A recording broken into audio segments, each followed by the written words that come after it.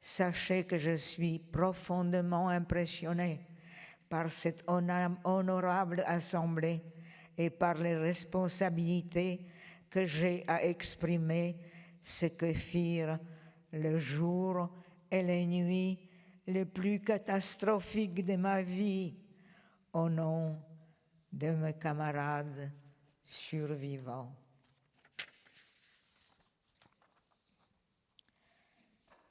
Ce qui guide nos voix, ce n'est pas la recherche éperdue de reconnaissance, ce n'est pas la quête de la lumière. La force de nos voix, elle vient des ténèbres où tant de nôtres ont disparu dans la Shoah. Mon enfance très heureuse s'est arrêtée brutalement à l'âge de 11 ans, fin 1939, quand nous fûmes enfermés dans le ghetto de Łódź pour presque 5 ans. Je ne retrouverai la liberté qu'à 16 ans passés. Le bonheur de mon enfance a été ma première boussole qui m'a aidé à tenir et dont je me sers toujours. J'avais 15 ans quand nous sommes arrivés au camp d'Auschwitz-Birkenau le 28 1944, à l'âge de toutes les insouciances et de tous les espoirs. Mais moi, comme tous les Juifs, l'insouciance n'existait plus, depuis longtemps pulvérisée par la violence nazie et celle du ghetto. Le ghetto a englouti mon père Henri et ma grand-mère. Ma mère Yenta et moi avons été contraintes de travailler la paille dont on n'imagine pas la souffrance quand elle provoquait en coupant nos pauvres doigts. Puis ma mère a réussi à nous faire affecter au tissage des rubans. C'est si beau, un ruban. C'est une touche de couleur et de grâce. Ces souffrances-là, pourtant, n'étaient en rien comparables à celles qui allaient suivre.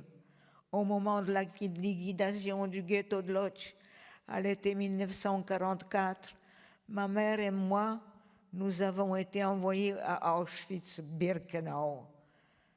Je ne suis pas de celles qui sont restées longtemps à Auschwitz. Quand je ferme les yeux, il me reste des images, les chemins de fer, les files humaines, les cris, les bousculades, les coups, et ma mère qui tentait de me protéger. Presque tous ont eu de suite été tués. C'est cela un génocide. Des enfants aux vieillards, nous faire tous disparaître, nous tuer, détruire nos corps. Jamais nous ne pourrons accepter que les mots de génocide, l'Holocauste et Shoah soient vidés de leur sens. Nous avons été transférés au camp de travail forcé Waldesloust, un camp annexe de Bergen-Belsen où j'ai passé 5 mois. En février 1945, nous avons été évacués à Bergen-Belsen. Je n'oublierai jamais ce camp. L'endroit le plus éprouvant, le plus épouvantable de toute ma vie. J'ai attrapé la maladie typhus et ma mère, si admirable, m'a veillée, m'a soignée. Après tant de preuves de courage, elle est morte, hélas. Quand les troupes britanniques ont libéré les camps, le 15 avril 1945, j'avais 16 ans et je ne pesais plus que 25 kilos. La mort était proche. Je suis arrivée en France en 1946. Après une convalescence en Suède, j'étais une personne déplacée, comme on nous appelait à l'époque. Mes parents étaient morts. J'étais fille unique. Par contre, mon père avait un frère. Celui-ci m'a retrouvée et il m'a installée chez lui en France. nous n'avions plus personne en Pologne. L'espoir restait toujours en mon cœur, mais le camp et son horreur absolue est toujours présent. Cette espérance, envers et contre tout, elle était en moi comme un cadeau d'une valeur infinie légué par mes parents. Je les entends encore chuchoter, me croyant endormis durant une de ces nuits d'angoisse dans le ghetto, se rassurer comme ils le pouvaient en murmurant à mon sujet « Elle est grande maintenant, elle va pouvoir survivre ».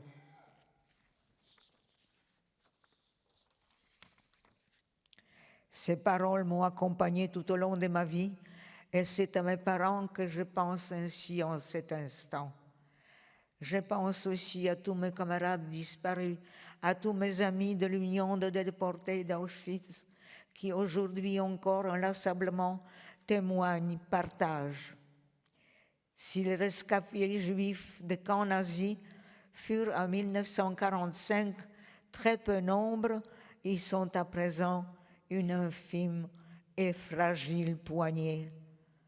L'ultime carré des survivants. Nous savons que demain sera sans nous, mais nous voulons que demain se construise avec nous. Nous sommes les survivants du génocide accompli sur un continent de haute culture et de progrès. Notre héritage est un cri d'alarme et de vigilance. Entendez-nous. On ne compose ni avec le racisme, ni avec l'antisémitisme. On ne compose pas avec la haine qui dénie à l'autre sa qualité de l'être humain. Ce sont peut-être des mots trop naïfs pour vous, mais pour nous les survivants, ce sont mes frères et nos sœurs, nos pères et nos mères, nos amis qui furent bannis de la terre, leurs cendres dispersées. Mais on existe aussi, c'est juste, parmi les nations, merveilleux d'engagement, grâce à qui certains d'entre nous doivent la vie et dont le courage admirable doit être célébré ici. Il existe de nos jours des musées et des mémoriaux qu'il faut protéger et soutenir sur ces anciens lieux de détresse. Ils portent notre histoire, la nôtre dans sa singularité et aussi celle d'autres crimes contre l'humanité perpétrés par les bourreaux nazis et leurs collaborateurs. C'est cette espérance en l'avenir qui me soutiendra jusqu'à mon dernier souffle en pensant aux nouvelles générations. Il faut transmettre à la jeunesse qu'elle connaisse l'histoire, qu'elle se méfie des circonstances et des faux prophètes.